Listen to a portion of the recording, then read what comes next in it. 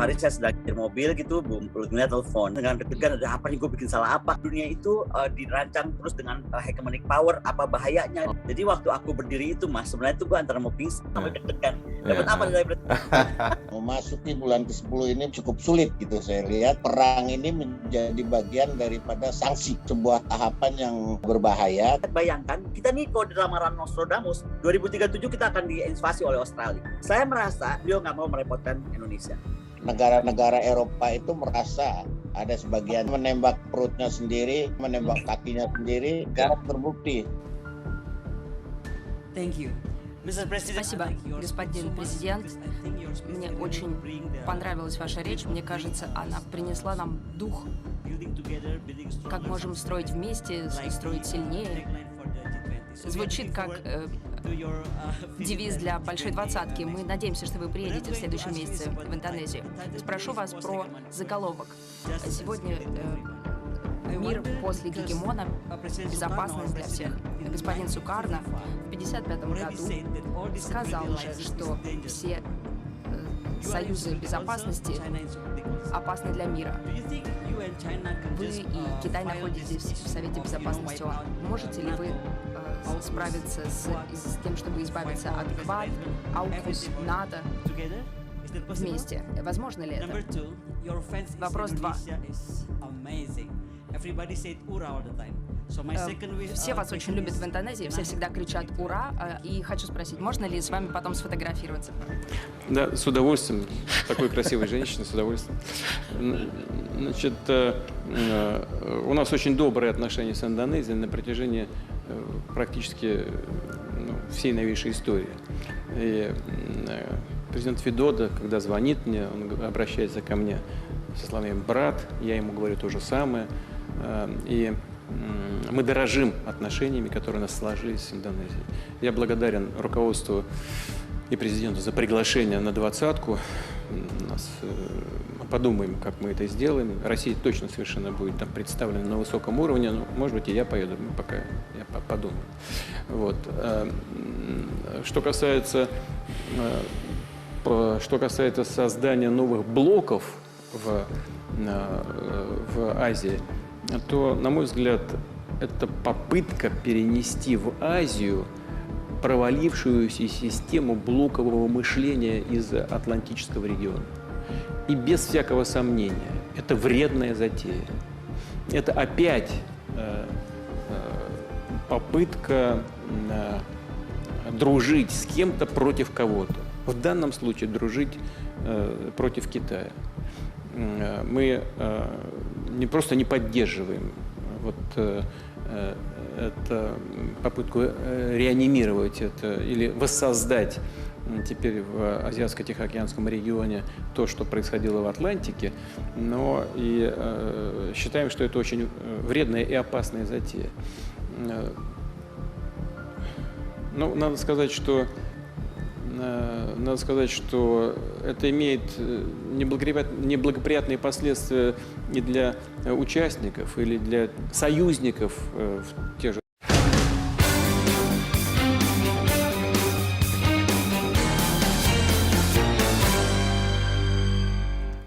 Halo, apa kabar? Salam sehat, ketemu lagi kita di Crosscheck di kanal YouTube medcom.id bersama saya Indra Maulana. Oke, pekan ini kita lupain sambo-sambuan dulu ya. Kita coba lihat situasi geopolitik terbaru di bumi ini sekarang. Pekan lalu di forum Annual Meeting of the Valdai Discussion Club di Moskow, Rusia, Presiden Putin mengungkapkan kedekatan Rusia dengan Indonesia. Kepada delegasi Indonesia, Putin menegaskan menolak dominasi blok pertahanan Atlantik Utara atau NATO. Lebih tegas lagi, Putin menyebut bahwa kepanjangan tangan negara transatlantik di Asia Pasifik seperti AUKUS dan Quad berbahaya bagi Asia dan harus ditolak. Nah, pernyataan Putin ini terasa seperti bola panas menjelang puncak KTT G20 ya di Bali pada 15 sampai 16 November nanti. Apa saja pengakuan Putin tentang Indonesia dan benarkah Putin masih ragu datang ke KTT Bali 2 pekan lagi? Telah hadir lewat Zoom tentu saja peserta Forum Valdai dari Indonesia, Ibu Koni Rahakundini. Halo Bu Koni, sehat-sehat Bu? Selamat pagi, salam pagi dari Saint Petersburg. Salam pagi juga untuk Luar Pak Priyatna, biasa. Pak Indra. Ini langsung dari Saint Petersburg ya, Bu Kony ya. Ya, Eksklusif ini Bu Kony ini langsung berbicara dengan Presiden Putin. Tapi nanti kita ngobrol dulu ya. Saya sapa dulu Pak Ple. Apa kabar Pak Ple? Baik, Mas Indra. Oke. Selamat jumpa kita. Iya, kita sekarang topiknya internasional dulu ya, Pak Ple. Yang sambo-samboan masih biar dibahas tempat lain dulu. Oke, baik. Saya ke Bu Kony. Bu Kony, ini luar biasa. Cerita dulu Bu, bagaimana kemudian awalnya Ibu tiba-tiba punya kesempatan, dan punya kesempatan pun itu kadang-kadang juga belum tentu kemudian bisa memberanikan diri bertanya tentang hal-hal yang sangat strategis, dan ini bisa memicu perdebatan panjang juga ini di berbagai belahan negara tentunya. Bu Kony gimana? Cerita dulu Bu Kony. begini. Jadi pertama tuh saya diberitahu oleh Yang Mulia Ibu Duta Besar Ludmila, Duta Besar Rusia untuk Indonesia, kira-kira 2 bulan sebelum Valdai berlangsung. Suatu hari saya sedang nyetir mobil gitu, Bu Ludmila telepon. Karena kan saya selalu nyetir mobil sendiri dan semua telepon connect ke mobil. Ya. Beliau kan begini, Bu Kony tolong segera merapat ke kedutaan besar, ada pesan penting. Lalu saya segera merapat ke kedutaan dengan deg-degan, ada apa nih, gue bikin salah apa? Kan karena sebelumnya kan Agustus saya baru diundang Menhan Rusia ke sini kan, Pak Indra kan? Iya, betul. Jadi saya harus salah apa nih? Ternyata sampai di embassy, beliau dengan wakilnya langsung menyerahkan satu map dengan logo Rusia dan menyampaikan selamat ya, Ibu terpilih menjadi undangan Presiden Putin untuk menghadiri The Valdai Club. Saya bilang The Valdai Club itu apa? Saya bilang gitu kan. Oh, The Valdai Club is very important meetings karena ini by invitation only, dan itu hanya ditujukan kepada krem de la kremnya para akademisi dari seluruh dunia. Oke. Jadi hanya Satu-satunya dari Indonesia Bu Kony aja nih. Makanya aku mau cerita nih. Jadi pertama itu satu-satunya aku, ya kan. Terus aku bilang, wah ini kehormatan sekali, betul Bu. Tapi ini sangat ketat dan Presiden akan hadir dan selalu meeting itu dipimpin oleh orang-orang penting lah gitu. Jadi beda, kalau kita kan di Indonesia kadang-kadang conference itu yang datang terus cuma sebentar, speech pergi orangnya gitu. Di Rusia nggak begitu, jadi mereka tuh harus mendampingi terus apa sih. Jadi selama kami dari jam 8 pagi sampai jam 11 malam tuh betul-betul interaktif dan pejabat tuh ada gitu. Jadi nanti aku mau cerita kenapa akhirnya aku terpilih jadi pembicara ya. Nah, sebentar. Belum dari situ, seminggu sebelum atau 2 minggu sebelum berangkat, saya ketemu Mas Andi Wijayanto dalam satu rapat di Lemhanas, dan beliau juga bilang, Bu Kony, saya juga diundang katanya. Oh ya udah kita berangkat bareng deh gitu kan. Jadi akhirnya 2 orang nih gitu. Nah, ketika seminggu sebelum berangkat, kami itu dapat surat email yang sangat rahasia sifatnya, dan dinyatakan tolong apa yang ingin disampaikan kepada Presiden Putin itu disampaikan pertanyaannya.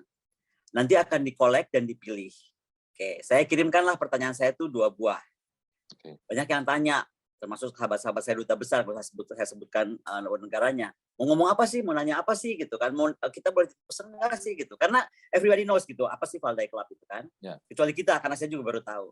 Nah anyway itu saya berangkat ke Moskow. Ketika tiba itu memang sangat ketat, jadi saya itu dibawa ke sebuah resort jauh dari kota Moskow sekitar 1,5 jam, dan resort itu dijaga ketat militer. Mas Indra, you won't believe it gitu. Sampai saya kan diantar oleh Yang Mulia Duta Besar Jose Tavares kan, dan juga Mas Andi juga. Nah sampai di sana pun Duta Besar minta untuk bergabung dong, saya hanya pendengar aja di Valdai gitu kan, saya Duta Besar gitu. Nggak bisa disampaikan, nggak bisa. Ini betul-betul adalah perkumpulan para ilmuwan tertutup dan dari belahan dunia termasuk Amerika Serikat. Jadi ada yang menganggap ini geng Rusia, enggak. Ada dari Inggris, dari Oxford, ada Jeffrey Sachs dari Amerika Serikat, ada dari semua belahan deh. 44 negara hadir, 111 delegasi. Saya masuk dulu di situ Bu Kony. Sebentar Bu Kony. Ini menarik karena orang berpikir Rusia itu kan negara eksklusif tertutup ya. Ternyata untuk mengundang akademisi dari berbagai negara, dia terbuka, pemerintahnya terbuka dengan akademisi siapapun, termasuk Amerika yang sekarang ini mungkin sedang bersih tegang dengan Rusia ya. Terbuka sekali pemerintahan ini ternyata. Dari Swedia, Norwegia, Oxford, dari Inggris, dari Oxford, jago banget untuk perempuan. Dari Kanada, kemudian dari Amerika, udah pasti kalau dari Iran, dari negara-negara sahabatnya kan. Tetapi negara-negara itu juga ada gitu. Yang tidak ada mungkin kemarin itu dari Perancis ya, saya nggak lihat dari Perancis atau dari Jerman. Oke, silakan dilanjut Bu. Jadi saat Ibu sudah masuk terpilih di situ bagaimana kemudian? Nah, jadi gini, begitu terpilih itu jadi mulai pagi jam 8 sampai jam 11 malam kami itu betul-betul di-drill dengan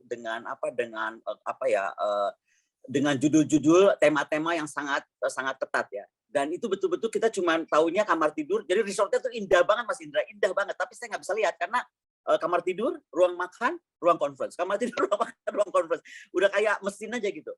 Betul-betul kita bicara dengan semua, dengan Wakil Perdana Menteri, dengan Menteri Keuangan, dengan Menteri, pokoknya level semua minister lah VVIP-nya kan. Nah, itu tuh selalu berlangsung tiap hari. Jadi sebenarnya melelahkan, tapi juga menyenangkan. Karena gini, pertama saya hadir, saya tuh udah kaget dengan temanya. Kan temanya itu kita nggak diberitahu kan awalnya. Jadi tema utamanya itu adalah the world without superpower. That's the first day. Nah, itu udah temanya seperti itu. Jadi bagaimana kira-kira kalau dunia itu dirancang terus dengan hegemonic power, apa bahayanya dan lain-lain, kira-kira tema besarnya itu. Tapi terus ada pecahan-pecahannya dan beberapa hal saya nggak bisa ungkapkan karena kami terikat dalam Chatham House. Ini seperti yang sering dibahas Bu Kony juga di Crosscheck ini ya, negara dunia tanpa harus ada hegemoni kekuasaan gitu kan. Semua Betul. setara gitu kan ya. Semuanya harus setara dan fair buat everybody kan. Ya. Nah, sampai tibalah akhirnya kami tiba-tiba diberi peringatan. Memang waktu pertama masuk itu kami diberitahu mohon berkenan untuk di PCR tiap hari. Karena presiden bisa anytime datang. Presiden itu dirahasiakan sekali datangnya jam berapa, kapan gitu. Tetapi kira-kira di hari kelima ya, saya tuh bangun tidur, buka jendela kan karena tamannya tuh indah banget. Jadi saya tiap hari tuh pasti bangun tidur buka jendela. Saya mau pingsan Mas Indra karena tiap depan jendela sebelah sana tuh tentara sudah baris rapi setiap 100 meter gitu. Menghadapnya ke sana, ke sini gitu. Jadi pas saya buka jendela semua orang lihat. Wah, saya bilang ini udah feeling ini pasti presiden hadir nih gitu kan. Nah, jadi betul akhirnya presiden hari itu hadir. Nah, waktu kami masuk, bayangkan ya Mas Indra, kami sudah di dalam resort yang tertutup. Semuanya dijaga, kami sudah pakai tagline. Tapi begitu akan memasuki gedung conference, itu paspor dan tagline diperiksa lagi. Jadi sangat ketat penjagaan beliau itu. Nah, saya bisa pahami lah seperti apa kan. Nah, akhirnya kami masuk. Saya ini kan di Valdai baru.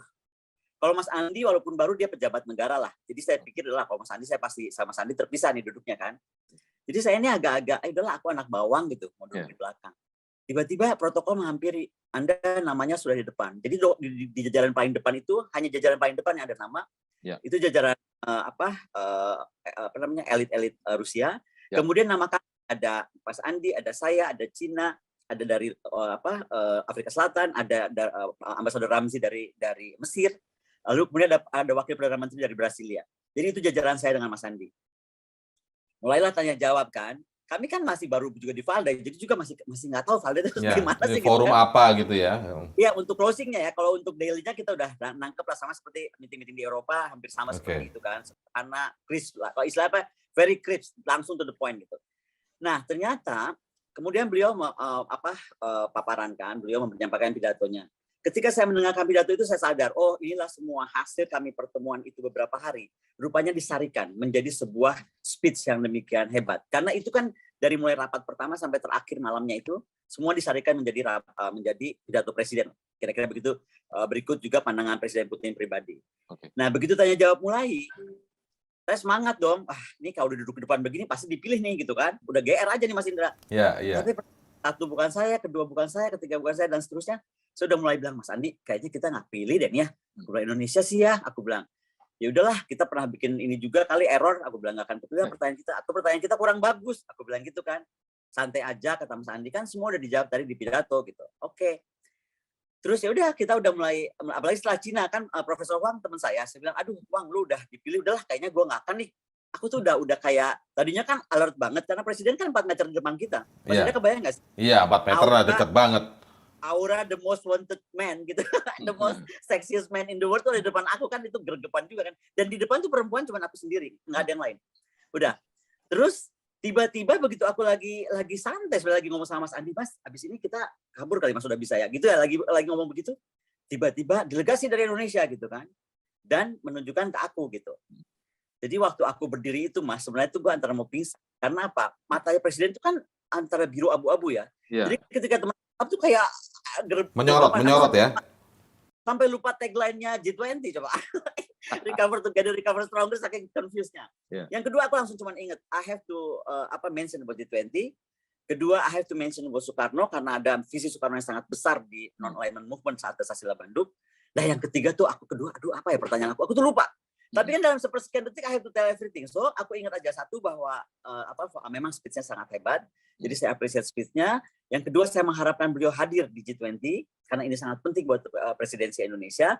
Yang ketiga saya ingat karena saya ingatkan tentang Dasar Sila Bandung dan bagaimana Presiden Soekarno tahun 1955 sudah bilang, nama aliansi security itu bahaya lah untuk dunia. Nah, yang kedua aku saking gugupnya melihat beliau, lupa aku itu kan. Udahlah tiba-tiba aku berimprovisasi, aku bilang bahwa improvisasinya bukan apa-apa. Betul bahwa di negara kita kan kita semua sangat kagum pada Rusia dan sering sekali berura-ura ria gitu. Nah, saya sampai Nah, terus kemudian ya udah saya pikir untuk menghilangkan kekakuan juga, dan saya pikir memang I adore him so much gitu, we adore him so much ya, leadership-nya. Ya saya bilang aja kalau gitu boleh foto bareng. Disambut ya. Begitu saya duduk Mas Indra, itu saya tuh langsung dari di Valdai Group itu langsung pada ngomong, ya ampun you break the ice, thank you so much. Wah terima kasih, pertanyaan lu tuh bagus, jadi orang nggak takut. Tadinya kan tegang semua, gimana nggak tegang? Orang penjagaannya seperti itu gitu. Nah menarik, tapi pada akhirnya dapat fotonya Bu ya. Jadi begini, untuk berfoto dengan Presiden Rusia, tadi saya sudah cerita sedikit ya, tiap hari itu kami di PCR untuk bertemu beliau. Nah untuk berfoto sebelahan dengan beliau itu perlu 10 hari PCR. Saya itu harusnya tanggal 6 kalau mau dihitung dari 10 hari PCR kan. Sayangnya tanggal 6 ini saya harus pulang karena saya nggak bisa juga menghindar. Tanggal 7 pagi itu ada acara saya dengan Non-Alignment Movement, di mana keynote speaker adalah Ibu Presiden Megawati Soekarno Putri. Jadi saya mau nggak mau, karena saya juga salah satu akademisi Non-Alignment Movement yang juga juga datang dari 44 delegasi juga kalau nggak salah, malah lebih 57 kalau nggak salah sekarang sudah delegasi, akan ada di Jakarta, Bandung, Surabaya, dan Bali sampai G20. Saya pikir saya harus pulang. Nah ini ada surprise Mas Indra, saya mau cerita soal ini. Jadi saya tuh agak sedih kan Mas Indra, sedih saya. Tapi saya bilang, saya mau main aja ke Saint Petersburg. Kenapa ke Saint Petersburg? Karena ini kota kelahiran Putin, ini kotanya Putin. Dan saya pengen lihat rumahnya. Maksudnya karena nggak bisa ketemu presiden ini, ceritanya maksudnya nggak bisa foto lagi bersama presiden. Itulah saya menikmati aja Saint Peter dengan segala keindahan dan cerita bagaimana mengambil dari masyarakat apa sih persepsi mereka tentang Presiden Putin. Tahu nggak Mas Indra, semalam saya ulang tahun, kami pesta dengan 20 orang yang kawan-kawan baik di Saint Peters, dengan tokoh-tokoh di Saint Petersburg. Tiba-tiba begitu saya sampai kamar, Wakil Duta Besar Rusia untuk Indonesia, PA saya, Ibu Veronica. Bu Koni, saya baru datang di Moskow, kapan pulang? Ada pesan penting titipan dari Presiden Putin untuk Anda. Mau marah nggak Pak Ita? Mas Indra. Jadi ini mau pulang nih sebentar lagi ke Moskow sampai deg-degan. Dapat apa dari Presiden? Ntar sampai tanah air cerita lah Ibu ya.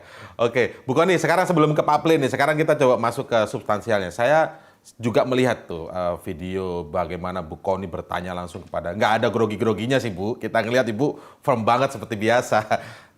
Tapi memang substansinya sangat menarik dan itu seringkali memang dibahas juga Bu Koni bersama kami di Crosscheck Medcom ini.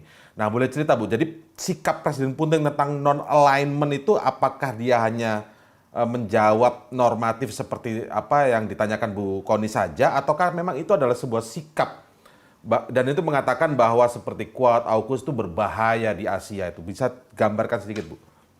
Jadi kalau pernyataan The Quad, AUKUS, dan FPDA berbahaya itu pernyataan saya dalam pertanyaan saya, ya kan? Jadi itu yang saya sampaikan pada saat The Valdai Club. Tetapi ini yang menarik ya, Mas Indra, saya mau cerita sedikit. Di sini itu ketika kepala negara bilang sesuatu atau kita tuh menjadi pusat perhatian dari apa yang kita pikirkan. Mas Indra mungkin kaget ya, saya di sini tiba-tiba jadi artis mendadak. Kalau saya jalan di Moskow, ini beberapa orang bisa telepon Madam Valdai minta foto. Beneran. Saya kan ada pertemuan lagi dengan beberapa tokoh Valdai lagi kan. Iya. Yang lagi orang-orang tuh yang antusias sekali karena ini kan di-relay terus di TV sampai kemarin malam masih terus di TV. Oh, ini di live kan di TV sebenarnya dan diulang terus ya penayangannya ya. Di live kan di TV, jauh sebelum acara itu ada sudah diumumkan Presiden akan berbicara di Valdai Club gitu terus kan. Nah, begitu kejadian itu terus diulang-ulang terus. Jadi banyak sekali sampai porter hotel atau sampai penjaga hotel langsung tahu Madam Valdai gitu kan. Pokoknya tiba-tiba aku jadi tenar banget di Moskow. Nah, tapi saya bercerita begini. Ketika Presiden itu ada perhatian, ini mau saya cerita. Saya sama Pak Agam Riyadi sama Peter Serang, sahabat-sahabat saya yang datang bersama saya ke sini. Itu kan ke Saint Peter sekali lagi ya, hanya untuk melihat-lihat bagaimana suasana Saint Peter, bagaimana kehidupan Putin waktu kecil dan lain-lain. Tiba-tiba kami diundang oleh pejabat setempat. Karena melihat Valdai, lalu melihat reaksi Presiden, lalu pejabat Saint Petersburg itu menanyakan kepada saya, kira-kira apa yang dapat dibikin oleh Saint Petersburg untuk satu, memperkenalkan kembali non-alignment movement, memperkenalkan kembali Presiden Soekarno dengan pandangan yang hebat itu, kemudian bagaimana membangun dunia yang non-hegemonik. Bayangkan kami ini mendadak saya lagi pakai baju santai, Pak Peter lagi baju santai, Pak Agam baju santai, kami tiba-tiba dipanggil resmi dengan diterima resmi ya. Kebayang dong kita aja kalau resmi seperti apa. Nah di sini kan kantor-kantor pemerintah itu lebih ketat lagi. Kalaupun masuk mesti pakai paspor, nggak boleh foto sama sekali gitu. Kami diterima masuk dan intinya yang disampaikan itu. Jadi mereka akan segera melakukan rangkaian. Ketika presidennya memberikan perhatian kepada non-alignment misalnya, maka pejabat di Saint Petersburg ya, karena saya kebetulan hanya ke Saint Petersburg, saya nggak tahu kalau saya ke daerah lain. Tapi itu langsung menyatakan bahwa mereka akan mendukung pandangan presidennya, akan segera diadakan rangkaian conference non-alignment movement, revisit non-alignment movement. Indonesia harus lead karena kita salah satu pencetus non-alignment. Dan kemudian akan dibangun patung Soekarno di Saint Petersburg dan juga di Moskow. Nanti mungkin Duta Besar Jose Tavares yang akan lebih menjelaskan ini lebih baik karena ini adalah juga salah satu yang beliau usahakan. Tetapi kemudian di sini juga ada patung di Saint Petersburg, kebetulan ada Masjid Soekarno, namanya Masjid Biru. Jadi sampai sudah membahas patung apa yang akan seperti apa di sini dan berharap Ibu Presiden Megawati Soekarno Putri sebagai putri Presiden Soekarno untuk hadir di bulan Juni mendatang. Bayangkan berapa bulan dari sekarang untuk meresmikan itu. Pertanyaan saya kan sederhana Mas Indra ya. Kalau di kita kan pusing anggaran. Jadi saya tanya, terus anggarannya gimana? Saya bilang gitu kan.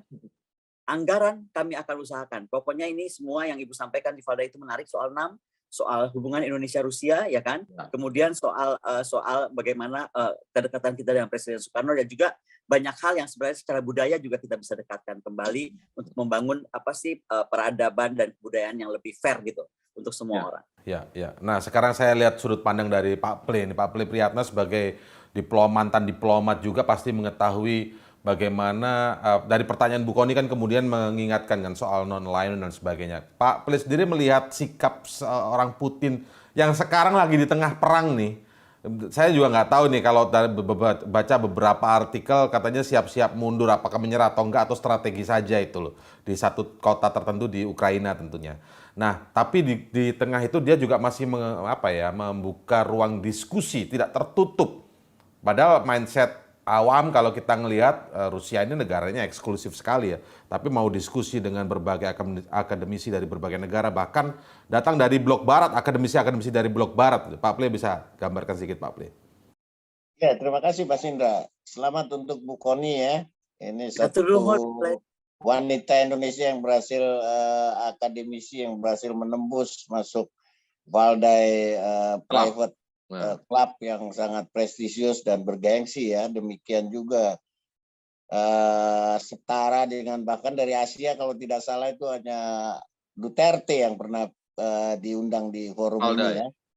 Ya di Valdai ini. Jadi ini cukup bergengsi dan satu hal yang menurut saya menarik di sini adalah adanya sebuah interaksi antara peserta dari Indonesia yang ini diwakili Bu Kony dengan pihak penyelenggara termasuk di sini adalah Putin.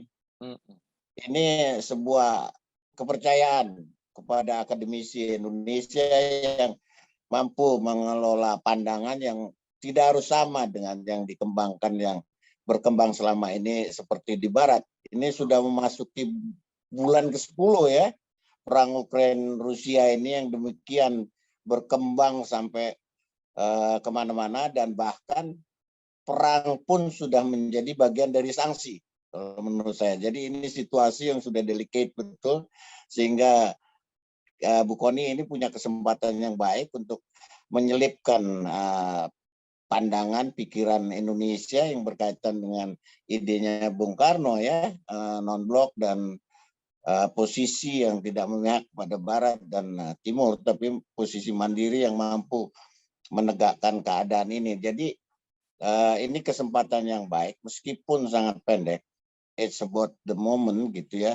Ada sebuah dialog kepercayaan gitu, bahwa percaya kepada akademisi Indonesia membawa pesan yang tidak harus seperti Barat gitu sepenuhnya. Yang ini juga sangat realistik dan sangat diharapkan oleh pihak Rusia bahwa kita mampu melihatnya secara objektif. Keadaannya sekarang memasuki bulan ke-10 ini bulan yang sudah cukup sulit gitu saya lihat. Bahkan sekarang perang ini menjadi bagian daripada sanksi. Nah itu sebuah tahapan yang berbahaya kalau perangnya sendiri tidak dihentikan sementara ini menjadi perang menjadi sebuah alat untuk menggunakan perang ini termasuk perang ini untuk menyerang Rusia secara penuh. Gitu. Jadi dari sisi diplomatik bagaimana saat isolasi terjadi, komunikasi politik melalui para messenger itu, para diplomat Rusia di Eropa pun ditutup. 450 diplomat Rusia dari segala level dipulangkan dan diusir. Nah, ini kan situasi yang sudah menurut saya sangat berbahaya gitu. Ya, Bu Kony, waktu di dalam Valdai Club itu sebelum kan puncaknya dengan presiden ya, closingnya. Saat sebelumnya itu ada pembahasan terkait dengan perang dengan Ukraina atau bagaimana? Pasti ada lah didominasi pembahasan seputar itu, Bu Kony. Dan bagaimana sih gambaran Rusia menjelaskan itu ke akademisi tadi disebutkan Kanada, Amerika? Jadi begini Mas Indra, sebenarnya sih kalau judul dari awal saya sampaikan, judul tagline besarnya itu adalah bagaimana the world with a superpower. Nah, dalam sekitar 10 pecahan 10 pecahan tema, itu kami membahas energy security. Dunia seperti apa. Kita bicara juga tentang food security, seperti apa dunia ke depan. Lalu kita bicara tentang peradaban. Kita bicara tentang Cold War yang sebenarnya nggak beda tuh. Cold War zaman dahulu sama zaman sekarang, walaupun katanya Cold War sudah hilang, ternyata lebih serius Cold War zaman sekarang. Contoh ya itu tadi. Ternyata begitu karena ada urusan pribadi antara Rusia dan Ukraina, ya kan? Tiba-tiba bisalah dipakai segala 4.000-5.000-an sanksi itu terhadap Rusia. Itu kan another kind of Cold War. Kita juga bisa melihat dalam pembicaraan kami misalnya tentang bagaimana Cina juga sudah dianggap ancaman oleh Amerika Serikat. Yang pokoknya siapapun yang akan muncul menjadi hegemonic power itu akan dianggap, atau saingan sebagai dari hegemonic power itu dianggap ancaman gitu. Dan disitulah sebenarnya kembali saya harus mengingatkan tentang pentingnya kita tuh revisi tentang non-alignment movement. Kenapa saya sampaikan ini Mas Indra? Saya tuh sebenarnya sedih ya. Selain dari Ibu Menlu gitu, beberapa yang saya sampaikan sebelum saya kesini kan saya pamit ya. Saya kan selalu chat Ibu Menlu, menyampaikan apapun kegiatan dan pandangan saya gitu. Ibu Menlu menyambut dengan sangat baik. Oke, bukan nih selamat menghadiri Valdai begini-begini ya. Tetapi beberapa pejabat yang terkait langsung misalnya, saya sampaikan misalnya beberapa dirjen atau sekjen ya. Saya bilang tolong dong alignment movement desk itu dihidupkan lagi gitu. Banyak yang WA saya tuh mau ngomong begini, Bu Kony ngapain sih ngomongin non-alignment? It's out of date katanya. Itu udah ketinggalan zaman, kita udah nggak usah ngomong lagi non-alignment movement. That is very sad. Padahal di sini ini Presiden Putin, semua hampir seluruh perwakilan Valdai, begitu saya bicara soal non-alignment movement termasuk dari Oxford, itu langsung mengajak saya besokannya setelah Valdai bubar, dia langsung mengundang saya dinner. Dia seorang wanita, saya nggak boleh sebut namanya karena dia nggak mau di-mention ya. Tetapi profesor wanita ini di Oxford langsung bilang, please you tell me, apa yang mesti Inggris bantu untuk menghidupkan non-alignment movement? Karena seperti yang kamu sampaikan dalam beberapa meeting kita itu, betul posisi non-alignment itu sangat betul. Tapi mungkin frame-nya agak dirubah. Bukan seperti dulu. Ya di-adjust aja dengan masa sekarang. Tapi doesn't mean bahwa non-alignment movement itu sudah out of date. Tadi saya udah contoh ya, bagaimana reaksi Oxford, bagaimana reaksi beberapa negara Kanada, terus kemudian even Jeffrey Sachs sendiri, kemudian beberapa lainnya ya. Itu sangat support gitu, Brasilia gitu. Nah, yang saya sekarang agak sedih, lihat kita Presiden Brasilia. Presiden Brasilia itu sekarang aktif sekali ke PBB untuk menghidupkan something like non-alignment movement dengan nama baru gitu. Kan aneh gitu. Kadang-kadang kita tuh tidak appreciate apa yang telah dicapai atau dipikirkan betul-betul oleh para founding fathers hanya karena like or dislike atau dianggap kuno atau tidak gitu. Itu sangat sedih. Yang kedua mau saya sampaikan. Di sini nih saya belajar lebih banyak ya. Walaupun saya dulu pernah tinggal di Rusia, tapi saya dulu nggak pernah info ke politik atau ke dalam pemikiran akademisi tingkat tinggi seperti ini. Yang sekarang saya rasakan betul adalah bagaimana mereka sangat menghargai sejarah.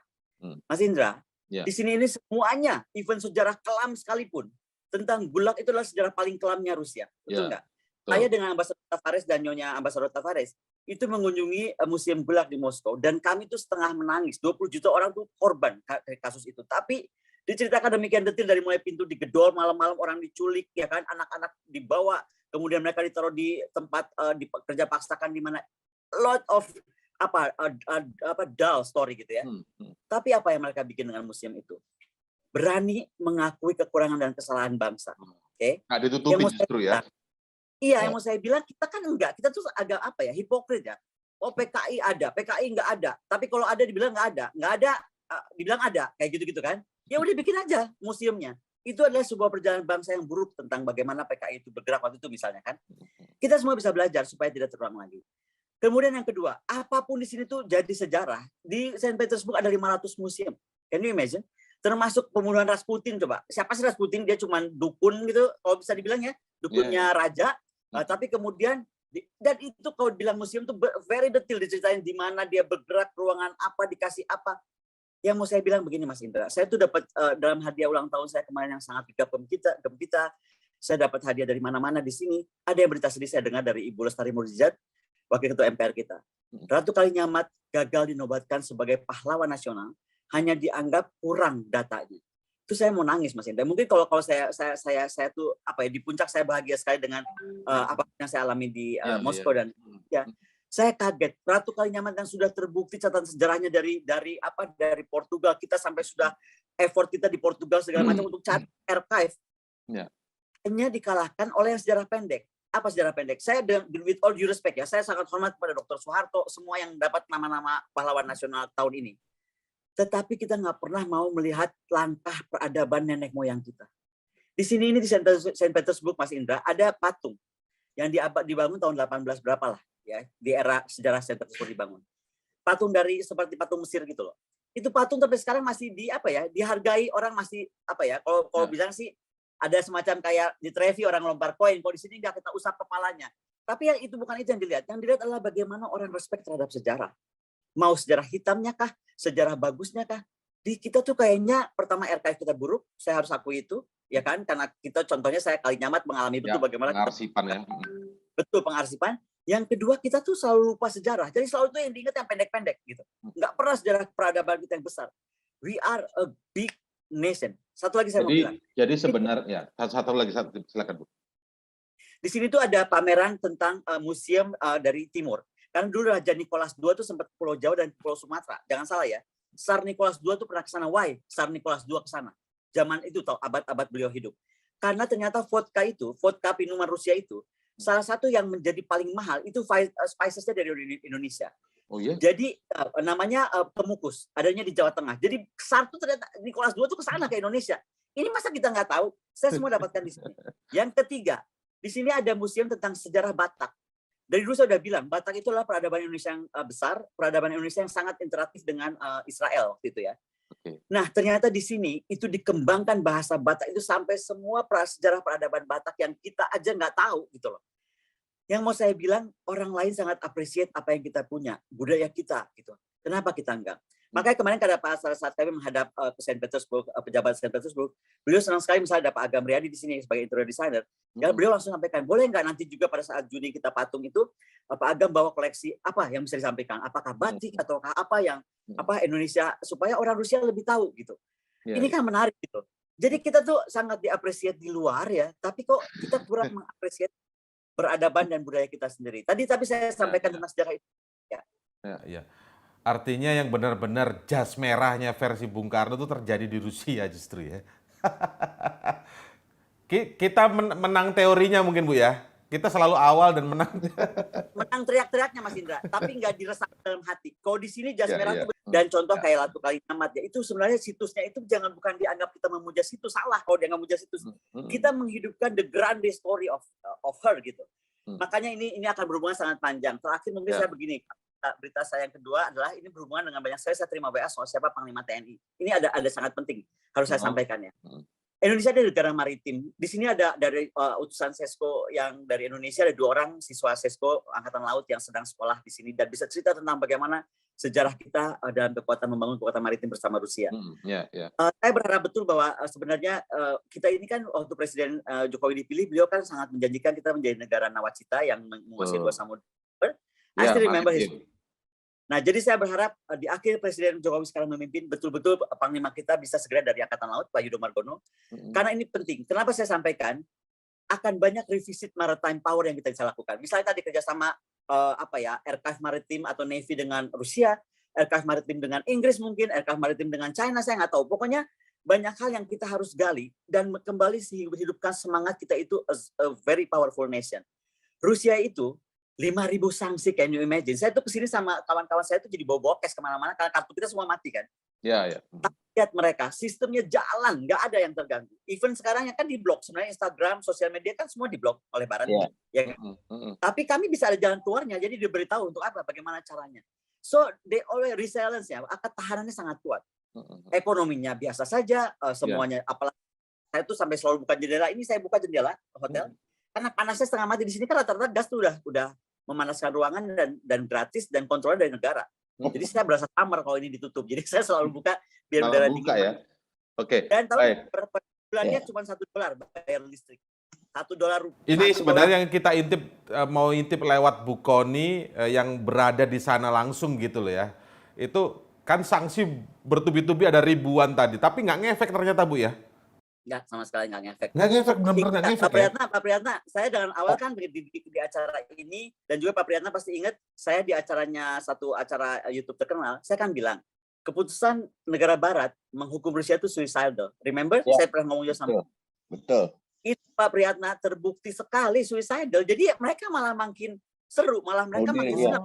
Gitu ya. Iya, loh, kayaknya ternyata kita bisa. Jadi ada kebanggaan nasional yang muncul. Nah, itu bagaimana nanti Indonesia, bayangkan kita nih kalau di lamaran Nostradamus, Pak Indra, ini buku lagi lama banget ya. We Believe It or Not. 2037 kita akan diinvasi oleh Australia, ya kan? Ada kota-kota dengan bertubuh yang akan dihajar Australia. Ini kalau percaya ramalan Nostradamus. Nah, anggap aja itu betul. Kesiapan kita bagaimana 2037 untuk resilience kita, untuk ketahanan nasional kita. Itu yang mesti kita pikirkan dari sekarang. Itu ramalan itu berdasarkan prediksi-prediksi apa ya, pertimbangan geopolitik segala macam Bu ya? Enggak, Nostradamus Pak Indra. Nostradamus kan kita tahu siapa. Beliau meramalkan Ratu Elizabeth meninggal 2022, kejadian meninggal. Banyak hal diramalkan Nostradamus kejadian. Nah, ini makanya saya bilang percaya tidak percaya, tetapi lebih baik kita bersiap-siap.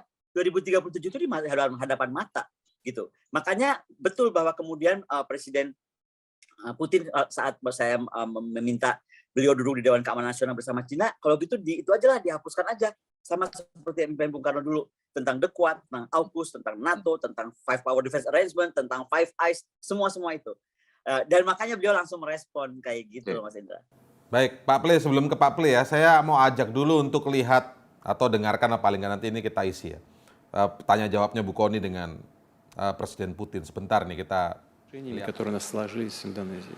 Я благодарен руководству и президенту за приглашение на 20-ку. Мы подумаем, как мы это сделаем. Россия точно совершенно будет там представлена на высоком уровне. Но, может быть, и я поеду. Я подумаю. Вот. Tapi yang soal G20 itu pasti datang nggak Bu Presiden Putin sebenarnya Bu? Kenapa?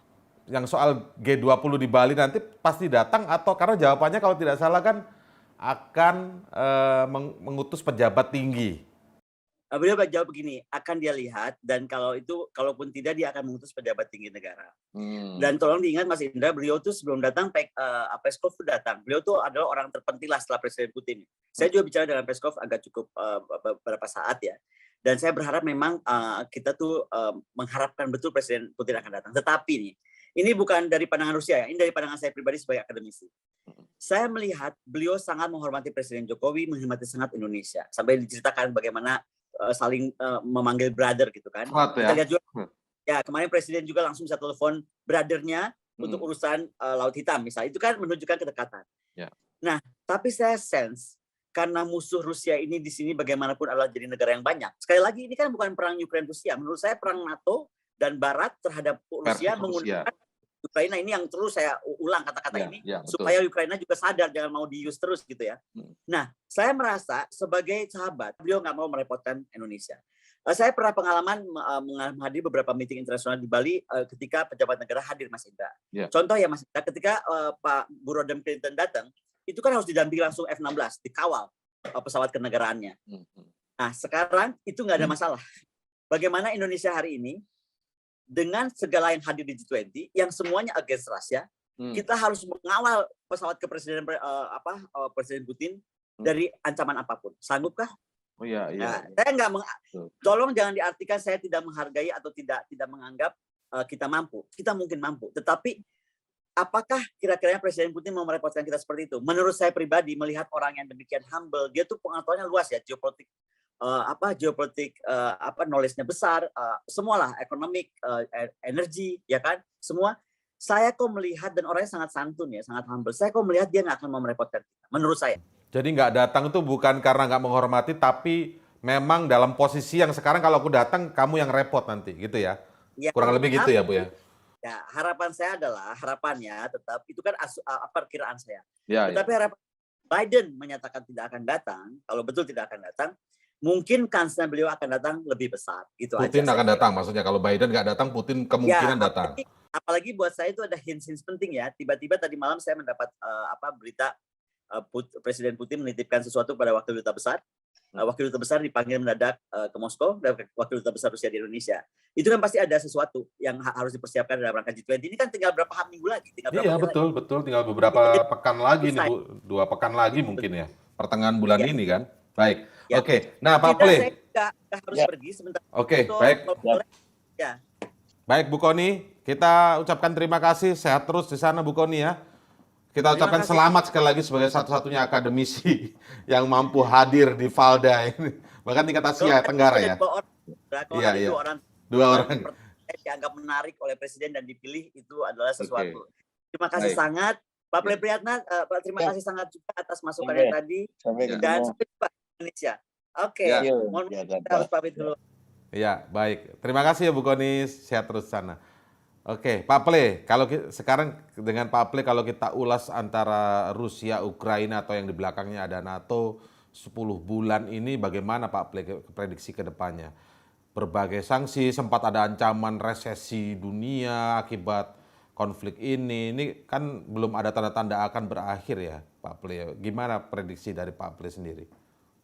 Saya izin menyampaikan bahwa memang dari perkembangan yang memasuki bulan ke-10 ini ya, situasinya memang agak mengkhawatirkan karena di satu sisi sanksi terus ditekan, dijalankan dengan segala kekuatan yang ada, bahkan sampai negara-negara Eropa itu merasa ada sebagian yang bilang kita menembak perutnya sendiri, kita menembak kakinya sendiri, dan sekarang terbukti sanksi itu menyulitkan warga biasa di Eropa, di Inggris, semua harga naik, gas naik, listrik naik sampai 4 kali, 400%. Itu terasa di tingkat akar rumput. Tapi pemerintahnya seolah-olah menutup mata dan terus melakukan kekeliruan yang ada mengenai menjatuhkan sanksi yang menurut saya sudah menjadi ambisi, tidak lagi menjadi pilihan politik yang rasional gitu. Emosional, jadinya udah emosional nih ya. Ya. Pak Ple, coba saya sederhanakan dulu. Jadi sebenarnya sanksi-sanksi terhadap Rusia yang diberikan oleh Amerika atau negara-negara Barat yang tergabung dalam NATO, Eropa gitu ya, itu justru berdampaknya kepada yang memberikan sanksi sendiri. Betul, itu memukul negara Barat sendiri, terbukti kan sekarang selama ini. Ketika Eropa mampu hanya memberikan bantuan ke Ukraina sebesar $1 juta misalnya, keuntungan Rusia bisa mencapai $35 juta untuk dalam waktu 1 bulan. Itu sebuah kerugian yang menurut saya dibalik sanksi yang sudah tidak terukur lagi gitu. Jadi ini ambisi yang besar gitu, ambisi yang menurut saya justru mengancam perdamaian karena channel diplomatik, jalur diplomatiknya ditutup dengan segala cara, ditutup hanya untuk selalu menghukum Rusia dengan segala cara untuk supaya dia tunduk, mau di meja perundingan dengan cara Barat yang dominasi dan hegemoni itu kan tidak bisa gitu. Nah, Mas Indra, ini sebuah untuk Bu Kony juga nanti. Justru saya tertarik di situasi memasuki bulan 10 ini suara-suara miring dari negara berkembang yang abstain di setiap kali ada pemungutan suara di PBB misalnya. Abstain mengenai seperti kemarin referendum. Abstain untuk menekan Rusia keluar dari Komisi HAM. Abstain dari mengecam Rusia untuk di Badan Atom Dunia. Jadi udah mulai mundur perlahan-lahan ini mereka ya kayaknya berarti ya. Iya, jadi sekarang semangat non-blok, semangat penolakan ala Bung Karno zaman non-blok itu yang awal itu sebetulnya masih hidup di sebagian negara yang memberikan voting, memberikan suara abstain itu. Contohnya Afrika Selatan. Presiden Cyril Ramaphosa itu berani mengatakan bahwa kami tidak perlu tunduk dengan sanksi yang dijatuhkan oleh Barat Amerika yang diadopsi oleh UN.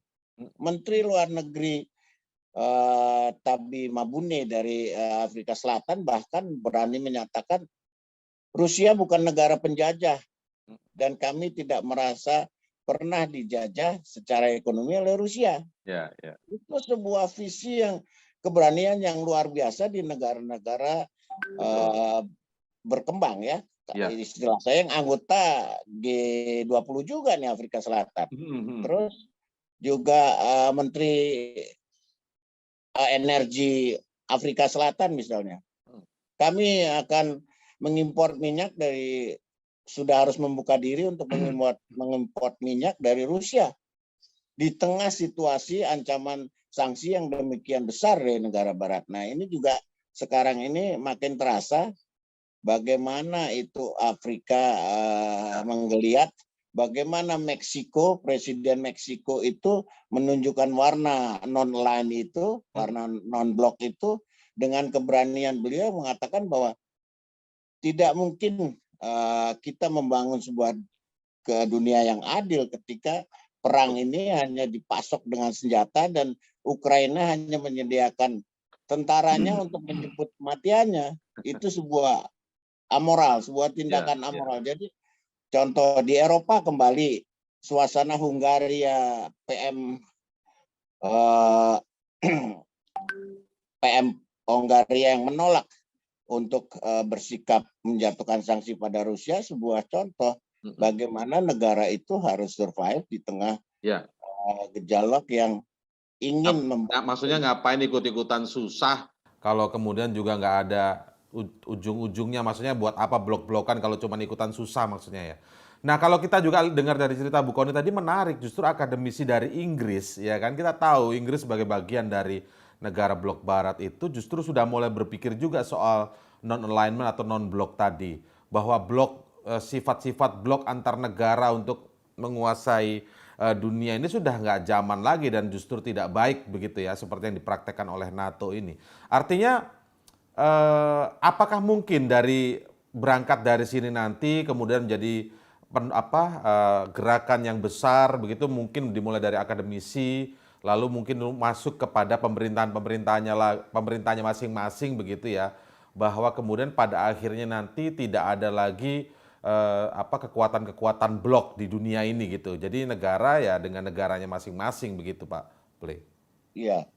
Perjuangan ke arah itu harus selalu dilakukan ya, dan ini kita juga mulai Indonesia saya rasa masih bersikukuh untuk menerapkan politik mandiri, politik bebas yang aktif. Tapi kalau dilihat dari sisi sebaliknya misalnya Pak Ple, contoh artinya Rusia ini sudah sangat kuat, sudah sangat siap dengan apapun yang akan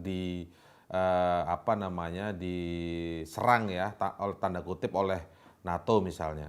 Berarti di satu sisi lagi ada negara yang juga sangat adidaya dong di negara ini, di dunia ini, yaitu Rusia. Bukan begitu pengertiannya berarti maksudnya Pak Ple? Betul. Rusia menunjukkan kepada dunia dengan fakta yang ada di situasi yang sulit semacam ini, dengan segala kecaman maupun segala isolasi yang dilakukan, dia masih bisa survive, Pak.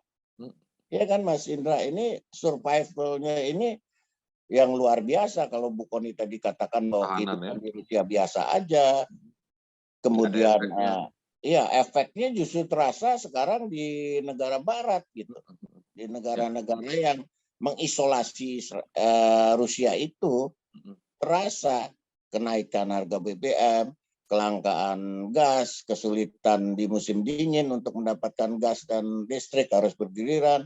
Industri Jerman itu terancam menderita kerugian 200 billion bila mana memang gasnya ini tidak bisa berlangsung. Dia harus bergilir.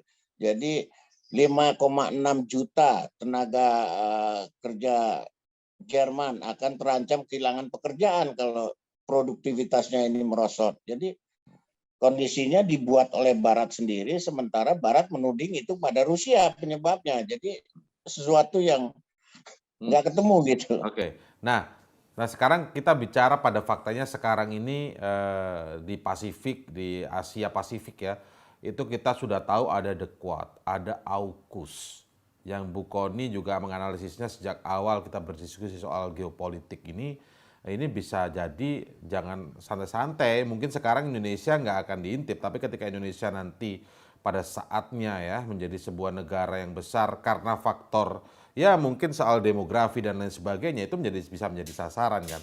Nah kalau sekarang kan kita lihat yang dimusuhi oleh blok barat ini yang coba diincar untuk dikalahkan kan adalah Cina. Kemudian karena Cina dekat dengan Rusia, Rusia diganggu. Jadilah seperti ini sekarang kan. Rusia versus Ukraina karena NATO mau masuk lewat Ukraina. Nah, tapi faktanya kembali ke Asia Pasifik, Indonesia di dekat Indonesia ada blok kekuatan-kekuatan blok juga yang tadi disebut The Quad dan juga AUKUS. Bagaimana ini kemudian menurut Pak Ple, mantan diplomat yang juga mungkin akademisi untuk melihat bagaimana pemerintahan kita bersikap soal ini, Pak? Ya, kita harus kembali kepada pendiri bangsa ini untuk bersikap bahwa Indonesia harus bisa menyikapi negara sekeliling yang penuh dengan ancaman, yang penuh dengan persepsi yang menakutkan untuk kita. Contohnya misalnya ada AUKUS ya. Meskipun AUKUS itu ada link networking antara Amerika, Australia, Jepang, India, tapi sebetulnya India mampu mencari di sela-sela itu mencari posisi yang selama ini juga menunjukkan bahwa dia abstain untuk mendukung sepenuhnya, taken for granted, tidak mau lihat ini terus ikut Amerika. Enggak. Ini terbukti sekali dari beberapa itu yang saya perhatikan. India itu votingnya selalu abstain beberapa kali ini sampai terakhir kemarin yang referendum itu. Itu apa artinya? Posisi yang diinginkan India adalah sama. Buka channel diplomasi, buka dialog, hentikan permusuhan, peperangan, dan itu salah satu yang mereka inginkan adalah hentikan juga sanksinya. Sanksi menjadi bagian dari penyebab gejolak politik di semua kawasan, disrupsi yang menyangkut menyebar kemana-mana, multiplier efeknya itu menimbulkan masalah kelangkaan pangan, inflasi, harga yang naik, segala hal. Baik. Saya kembalikan sedikit ke soal G20 Pak ya, KTT G20. Kalau kita lihat pernyataan kemarin tepatnya adalah di hari Kamis paling tidak pernyataan Presiden Joko Widodo, 17 negara sudah confirm pasti hadir, tinggal 3. Kalau mendengar cerita dari Bu Kony tadi barusan ini kemungkinan kan berarti Rusia yang belum pasti memastikan apakah Presiden Putin langsung atau petinggi, mengirimkan petinggi ya. Tapi kalau garis bawahnya kita lihat dari video bagaimana Bu Kony bertanya jawab dengan Putin kan akan mengirimkan pejabat tinggi yang tidak main-main. Jadi ini bukan sekedar pejabat yang normatif dikirim, tapi ini memang pejabat kepercayaan Putin lah intinya kurang lebih begitu. Nah, bisakah ini disebut apa namanya ya kan karena kalau sebelumnya menyebut kalau nggak hadir semua maka Indonesia sebagai presidensi dinilai gagal. Kalau menurut Pak Ple seperti apa dengan kondisi sekarang ini ya karena ada perang dan lain sebagainya? Ya, menurut saya Indonesia tidak bisa dibilang gagal ya, karena yang sedang macet, yang sedang terganggu adalah pertemuan di level KTT-nya kan, summitnya, summit kepala negaranya. Tapi di level working group, di level menteri, di level gubernur BI, di level gubernur menteri keuangan itu berjalan normal. Dan bahkan pariwisata kita sampai bisa menyelenggarakan sekitar 440 event itu luar biasa. Itu satu. Tapi di sini memang ada sebuah keinginan dari Barat menurut saya, istilah saya, untuk mendominasi G20 ini menjadi bagian dari agenda mereka. Contoh aja kemarin, Ukraina tiba-tiba ujuk-ujuk bilang undangan ke Rusia untuk harus diminta untuk dicabut. Iya betul. Ini yang mau saya tanyakan juga, menarik ini memang. Iya. Disebutkan gini Pak, lengkapnya kalau nggak salah gini, Zelensky menyatakan, Presiden Ukraina ini menyatakan tidak akan datang ke KTT G20 kalau Putin datang. Pertanyaannya, Zelensky Ukraina ini bagian dari G20 bukan sih sebenarnya? Bukan, justru itu loh. Undangan pun mungkin itu hanya karena tekanan kepada Barat untuk kita bersifat fair agar Ukraina diberikan tempat untuk bisa, tapi dia bukan anggota. Tapi ini termasuk sebuah pernyataan konyol nggak sih Pak? Secara kan pernyataan internasional biasanya kan keren-keren ya, maksudnya penuh dengan visi. Ini menurut Pak Plik konyol nggak sih kayak begini nih? Ya konyol sekali menurut saya, itu unnecessary thing untuk satu hal yang tidak perlu dilakukan sebuah negara untuk minta tolong Rusia dicabut undangannya, Rusia dikeluarkan dari G20. Itu kan sesuatu yang di luar kapasitas, di luar otoritas dia untuk menyatakan itu gitu. Baik, itu tadi diskusi kita di akhir pekan kali ini dalam cross check di kanal YouTube Medcom.id. Jangan lupa saksikan terus perbincangan menarik, ulasan-ulasan menarik, baik isu terkini dalam negeri maupun isu internasional. Tentu saja di kanal YouTube Medcom.id setiap pukul 10 waktu Indonesia Barat setiap hari Minggu. Saya Indra Maulana pamit undur diri. Sampai jumpa.